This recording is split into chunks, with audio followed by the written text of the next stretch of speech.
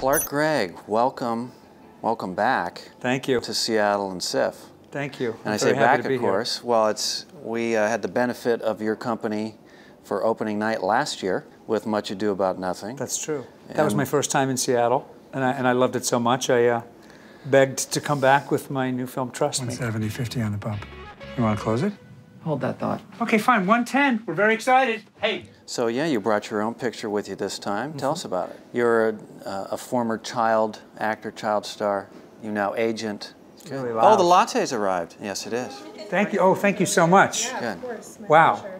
A Seattle latte. The most overqualified barista in the history of the world. That is fantastic. Good.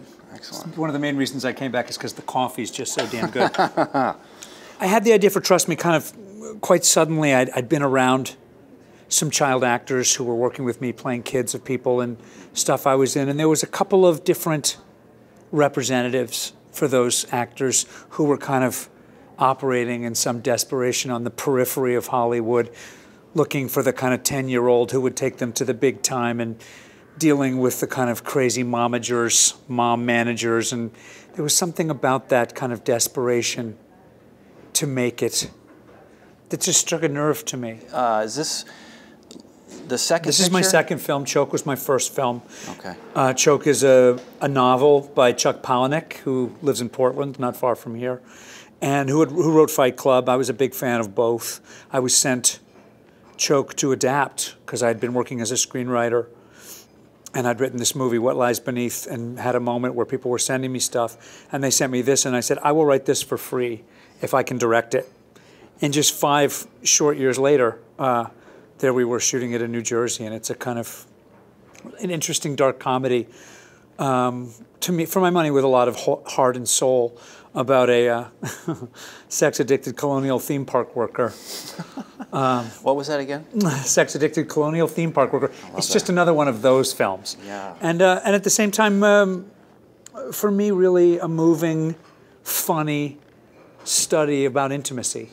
As a filmmaker, what things have you picked up and learned from people like Joss and the other great talented folks that you've worked with that you've incorporated into your own filmmaking? It's a really good question. I've been lucky to be working with filmmakers like Joss and with Jon Favreau when I was doing Choke, who have always been insanely supportive. Joss, busiest man in the world, read the script of Trust Me, gave me 2 or 3 great notes, was insanely supportive.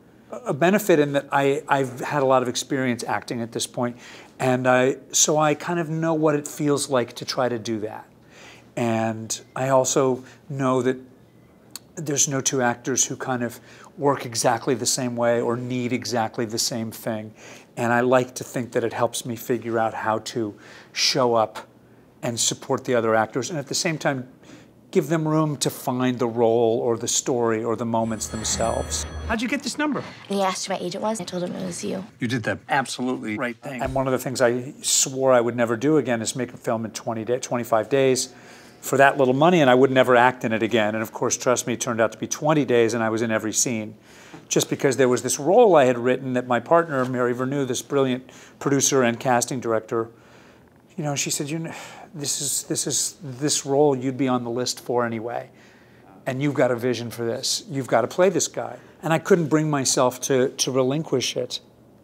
And I had turned 50, and I thought, I've been doing this a while, and nobody's ever given me something like this. I feel like I have something to say about this guy. This is a guy who the clock's really running out on. He doesn't feel like he's got that many more shots.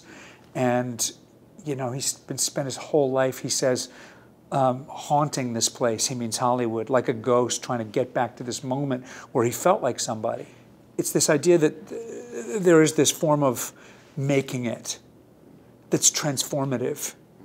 That's, you know, it's something that's been around since Death of a Salesman, but it seems like it's something that's living most vividly in celebrity and stardom as a concept in our country. Everybody wants to be famous for a minute, to the point where they'll air their dirtiest laundry. And what drew me to this and why it made it feel like a film noir, even if parts of it were funny, is that the stakes are so high, and that this obsession with, I'm going to get this job that will change who I am and make me some kind of uber creature, I feel is really real and palpable. And when I started to research it, I saw that all these young actors that I'd grown up with, so many of them had never been able to kind of regain that feeling, or found out the myth wasn't really true and were wreckage. Never gonna give her what you're asking for. Then I'm sorry, but we have to go. Now, I need you to hit that button so they know we're for real. Guys, I had talked myself out of all these, turning the movie over to somebody else, and I realized, 3 days into it, that this could work possibly because trying to do all 3 of those jobs on this movie left me so completely in over my head. And that's how Howard Holloway, the character, feels. Terrified and naked, and I just had no chance to kind of second guess any of it. And as I got into it, I realized, oh, that's not what this movie's about. This movie is about someone, it's about innocence. And it's about a person who's lost or feels that they've lost all their innocence, and they end up getting it back and therefore feeling successful, just in a completely different way than they'd ever imagined. This thing's as big as you say it is, and maybe we ought to get somebody in there that's been there before. that's not fair. I'm just asking for a chance. Well, if you come again next year and make it a hat trick, you're a Seattleite. I will try to That's come the every same. year. I was desperate to bring Okay. my wife and daughter here just because I was so smitten with the place. We were not here that long with Much Ado, but I jogged down to the waterfront and had some coffee and watched these guys throwing the fish. And I was like, this is my favorite place I've ever Right on. been. Well, when we let people know that you were coming, Yeah. I mean, the excitement went. That's nice. I'd hate for this to be just another one-way love story for me. No. In fact, you're going to disappoint us a little bit if you don't come next year. People are going to be like, where is he? Okay, I'm buying Gonna be property 3 now. next- I don't really believe you, but I'm buying property. And so we're going to drink to you, your I hope you marvelous don't mind my coffee. film, Thank you so much. and to the future. Thanks for having me. You will be returned home safely, but forever changed.